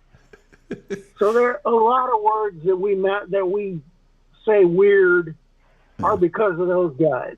Sylvia Goat says you had a friend named Fister, and you want me to believe there was no smooching? Okay, Tom Gully. Well, first of all, if you'd ever seen Fister, you know, and he talked like this. Hey, that's a nice stereo. Let's steal it. He was a real piece of work, and he dated a girl that worked at the radio station with me that was super nice. She was super cool, and apparently she broke up with him and would never speak to him again. But Megan, no surprise there. And her name was Megan. Let's see here. Fister, not a wrestler you'd want to face in the ring. Fister. And that Fister with a PH.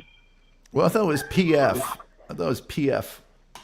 Doesn't really matter. He was just a zero. But he hung around with us, and then I guess that's how you hooked up with him to be roommates. I don't know, but he was up there on the floor. Well, both of those guys. The other dude his parents they trained dogs. So that's the dude that took care of the dogs in the lot. I got you.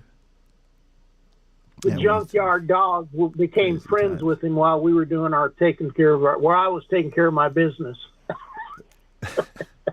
While you were reclaiming your four-wheeled property from the impound lot? Yes. The best part of that was when I got to the police station, because they had 8 police cars full of cops. Here, let me just reset. The Wolf's car was illegally impounded, and he took matters into his own hands, got the car. He was studying one class he needed to graduate, and there was a car chase, and there was 8 of the police cars after you. And then what happened? The deal was that this is during, let's see, I'd been burned out in a fire. My dad had died. My mom had killed my dog. And then so it was my birthday, and they're basically, we went out and it parked at this place. It was in a dispute with one of the property owners next to it, and they were just screwing with people. They would just call and have people's cars towed whether they were parked legally or not. So I go to where my car is legally parked and it's not there. And I find out that it's been towed. And I said, that's it. I've had enough. I'm getting my car back. So we all pile in, hop the fence. My one roommate, because they have all these guard dogs that are set to attack, and he just sits down and they start circling, and the next thing he's petting them all. So that's the story of the dog. I hop in the car, Fister opens the gate, and we take off. Oh, and I, of course, had my own set of bolt cutters. So I cut the lock on the gate, the chain on the gate, and we go off. And they chase me. So I end up, they're like, well, we were in a high-speed chase. And I said, no, we weren't. I didn't break any laws. I stopped at all the stop signs. I paid attention to all the stoplights. And I was under the speed limit. And that's why they could keep up with me. I was like, yeah, I'm not going to end up getting a whole bunch of tickets to do this. So now, where did that thing end up? Where did it end up being parked? What do you mean? Well, at some point, the police chase ended.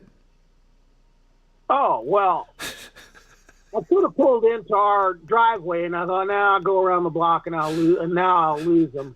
But there were so many cars there that I couldn't make the turn good, and I ended up hitting my finance professor's house.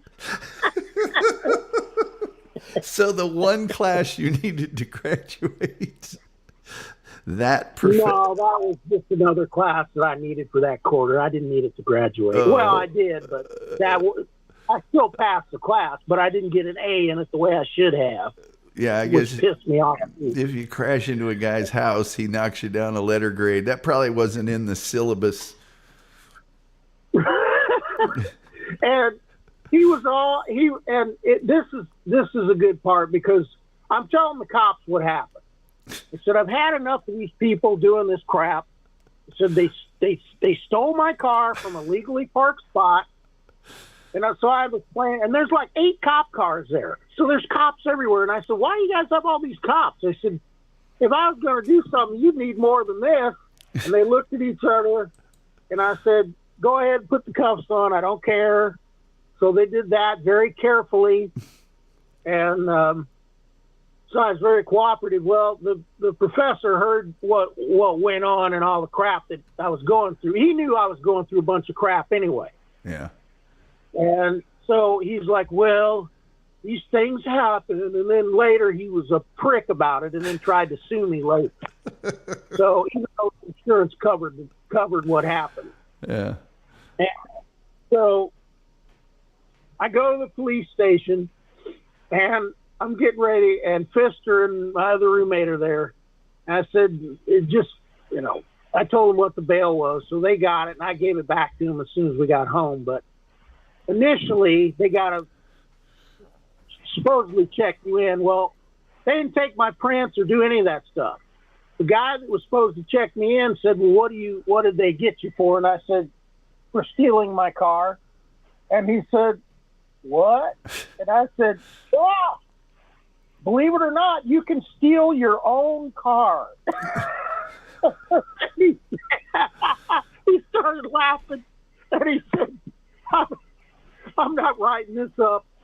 I'll be a laughing stock. And I said, well, I understand, because it's ridiculous.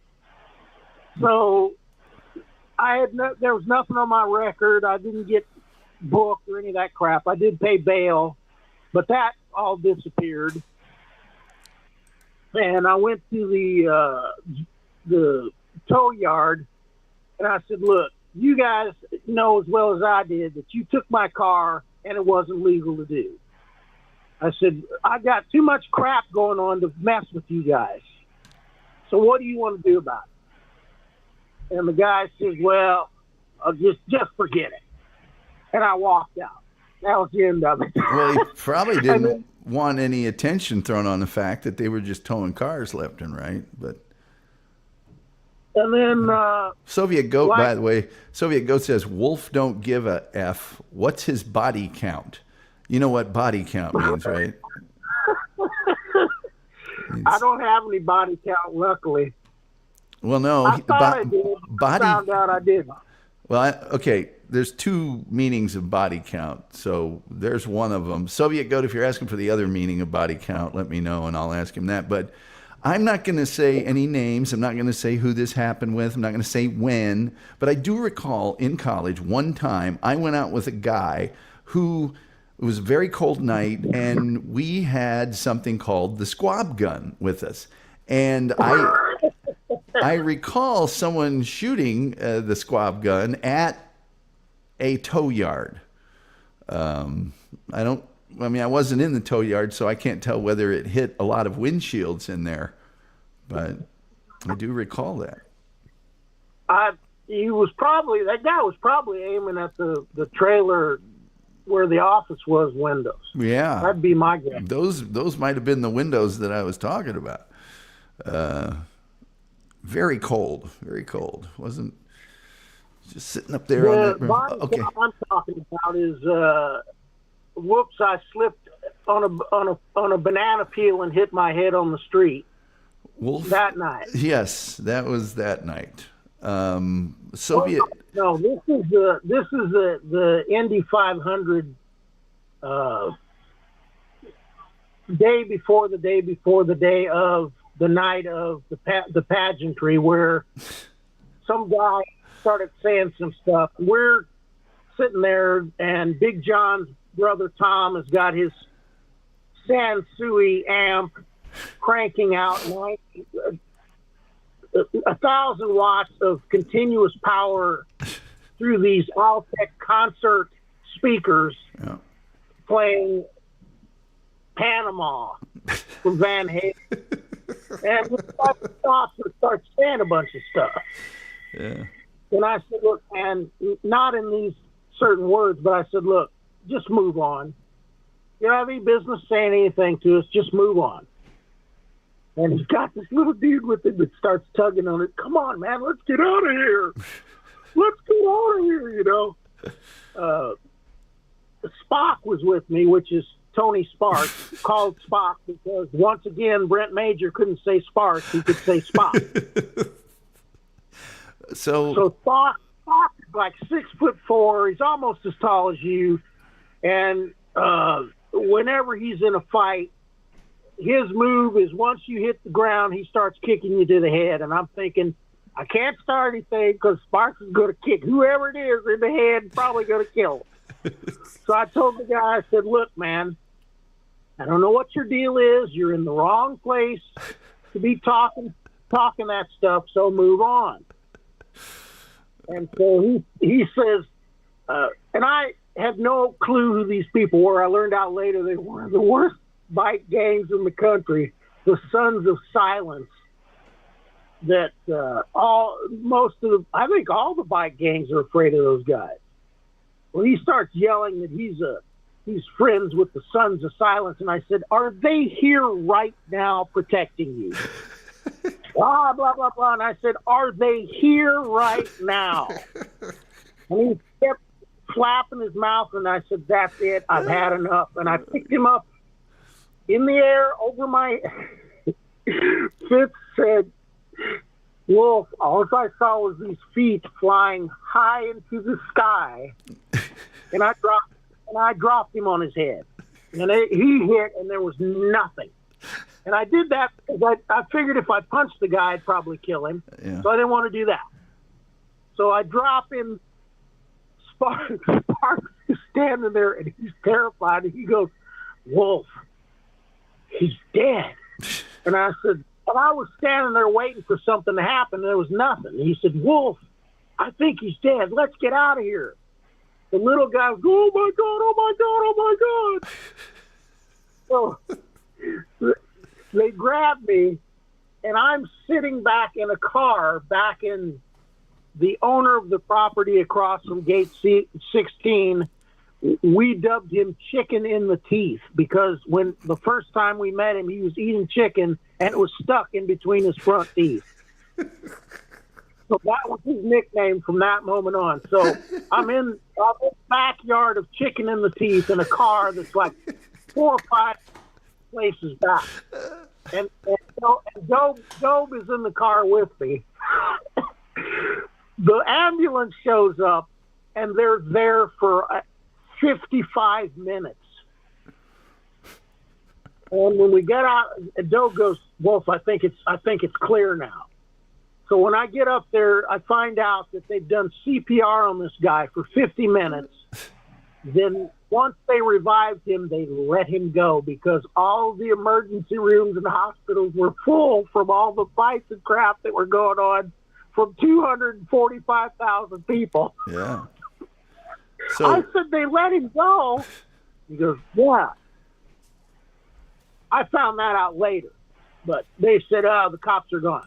So Soviet Goat is asking how he wants to know. See, body count to the kids means, that means how many people have you slept with? Oh, I'm not telling that. Not very many. Yeah. You remember I used to trash women all the time. Yes. Yes. Because it depends on what you mean sleep with, because I've always denied women my essence.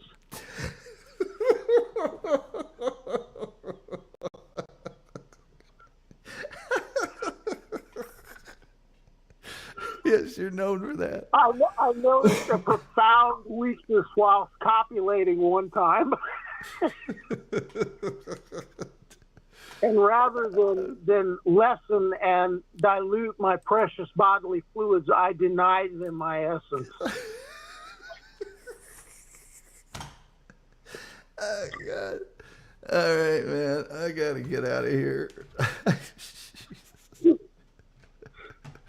Oh, man. I'll tell you what. You can tell Funky that's why I only drink rainwater and pure grain alcohol. Pure liquor? Liquor with 2 Ks? Likker. Well, I'm going to have to redesign. I'm going to have to not redesign. I'm going to have to design some new Tom Gully Show merchandise. And when I do, we are going to have a T-shirt that says, "When he be cool, he be Popeye, but when he be bad, he be Billy the Kid." Yep. Yep. When he be cool, he be Popeye, but when he be bad, he be Billy the Kid. Still don't know what that means. Still don't know. And they said it. He had all those little follower, like those. They weren't even good looking. They were just chicks. They were just awful, and they're horrible. And they'd be, when he be cool, he be Popeye, but when he be bad, he be Billy the Kid. I'm just looking at him. I wonder if that was because of the size of my forearms, because I had huge forearms.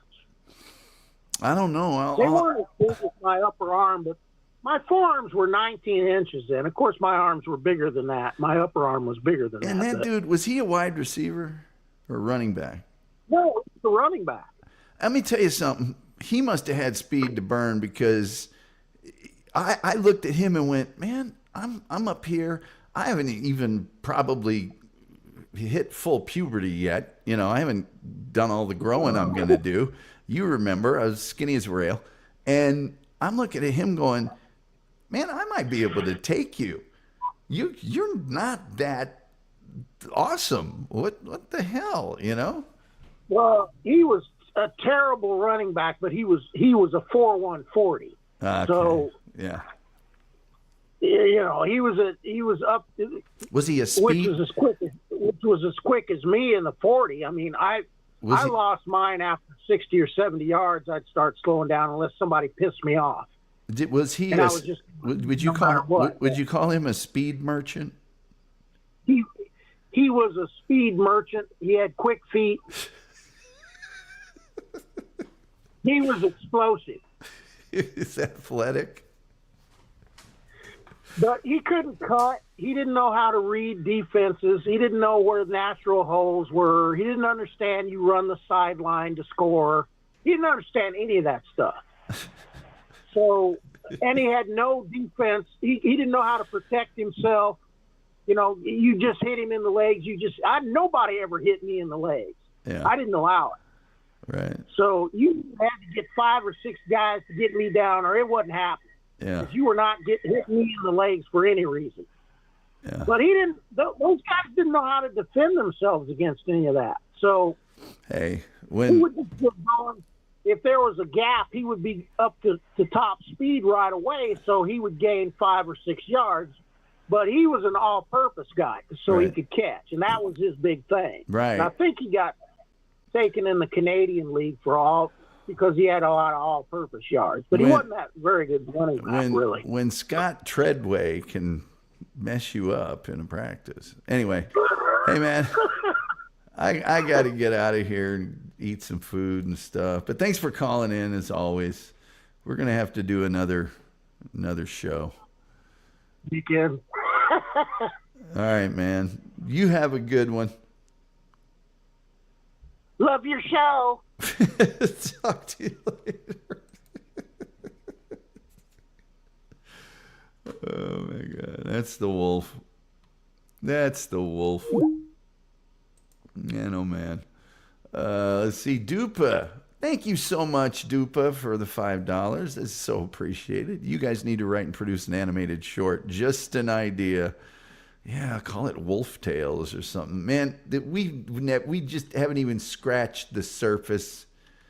It's going to take years to get all this stuff documented. Dupa says, the way Wolf said, love your show. The next time he's on, I'll have him do the British girl from A Space Odyssey. It's the funniest thing ever. Let's see here. Is Doctorn, how's the nipper? Well, it was the size of a pearl onion just a little while ago. But anyway, let's see here. Coming up, tomorrow's show. I don't know what you guys would like. Terry Garr, Section 230, Dan Rather, The Fairness Doctrine, Stockholm Syndrome, Joy Buzzer, Wonder Bra, Texas Roadhouse, Nicholas Rowe, Gertrude Stein, Elephants, Burqa Hijab. It's a Wonderful Life. I'm going to have Bob Levy as a special guest, or at least that's been bandied about. Fred Hampton, COINTELPRO, Cracker Jack, The Anarchist Cookbook. We just did Phil Hartman. I know you guys like the behind the scenes, so we just did Phil Hartman. Let's see here. Let me see here. Oh, whoops. The Reagan assassination. Dick Prenicky, outdoor frontier wilderness stud. Japanese internment. String Bean. Barbie Benton, Love American Style. H.R. Puffin Stuff. And Mike Rowe. I do want a Mike Rowe. I don't really want to do that. But anyway, thank you so much, Dupa. How's the nipper, Doc Torn? Dupa says, all these characters you talk about crack me up. Yeah, we ran around with some real, man, I'll tell you. Can we talk about herpes?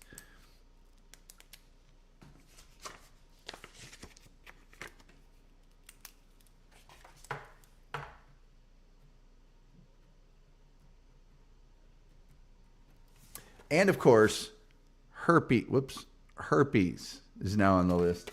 We might combine that with Mike Rowe, since I'm not a big fan of Mike Rowe. It might be Mike Rowe / herpes. Let's see here. Doo is laughing at Scott. Dupa says, it's going on Tom's list. Yeah, don't double dog dairy. Did you not see the show on Ingrown Toenails? I think I've proven Love American Style was a great show. It really was, Metal Main Vicky. Soviet Goat says, let me tell you about fisting. Don't know that we'll do that one. Not until after the holidays. If anybody has a preference from the list I just read, state so now, or I will pick one after the show's over. Coming up on this program, On Friday, we'll have Ed Robertson. He, of course, one of the authors of the FBI dossier, and then also author of the new book, Men of Action. He's got two. He's also the host of a syndicated radio program called TV Confidential. 1 week from today, we will have live and on this program Russell the Hitman Alexander from the Hitman Blues Band. And I got to talk to Bob Levy. We're supposed to do an It's a Wonderful Life show, and I'm going to have him on, hopefully, for a little while. I don't know if he really wants to do the full hour on that or what he wants to do, but I'll find out, and then I'll tell you. Dupa says, double dog dare you to do fisting. Well, after what's happened to, was it Gino today? I don't think I'm going to, I don't want to, you know. I was worried about doing the Weather Underground. I did people that died during the middle of sexy time, but I'll have to think about fisting. Let me rephrase that. It's just not a topic that interests me. Not that I obviously not a very high bar for things that interest me, but that's just not. Look, I've got a rule, my personal life, which is no butt stuff. It clearly violates that rule. It is a clear violation. Very clear violation of my no butt stuff rule. No butt stuff. Can't have any butt stuff. At any rate, that old clock on the wall says, well, like the Reverend Al Green, I'm going to have to get up on out of here. You do not have to go home, but you cannot stay here. And with all that being said, the only thing left to say is, hold on. Till next time. We'll see you next time.